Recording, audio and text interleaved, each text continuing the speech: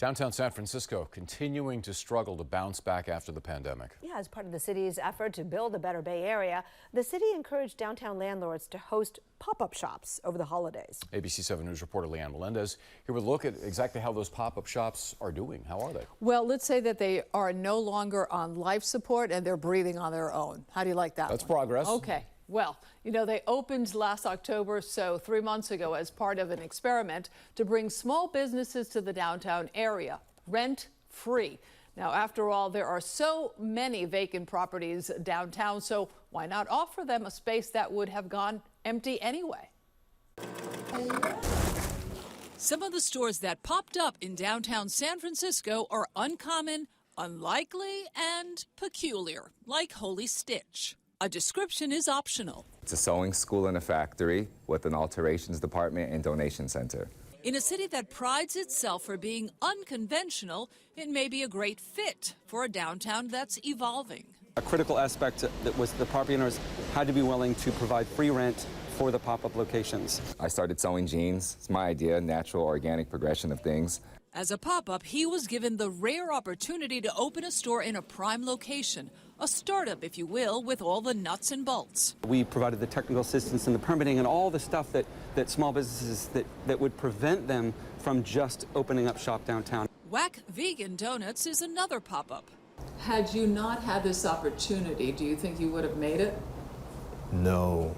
I think we need programs like this to help small businesses not only get that foot in the door, but show that cities revolve around small businesses. The icing on the cake, well, in this case, the donuts, was the generous offer that came with opening shop in the pricey downtown area. There are 17 pop-ups housed in 9 storefronts. That means that some of them share a space with another pop-up. Through the nonprofit SF New Deal, these pop-ups also received a grant of between $3,000 and $8,000. Special breakfast, no bacon. Okay, anything else?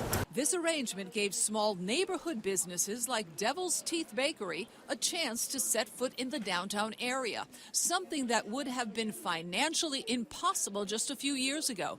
They share their space with Green Apple Books in the Embarcadero Center.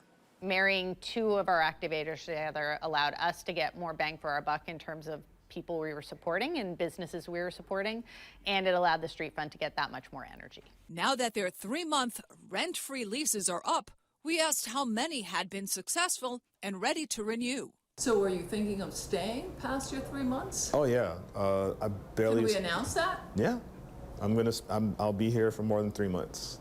Lease extensions were given to 8 of the 9 storefronts. We found out that these property owners were willing to add another 3 months of free rent. What happens next is to be negotiated.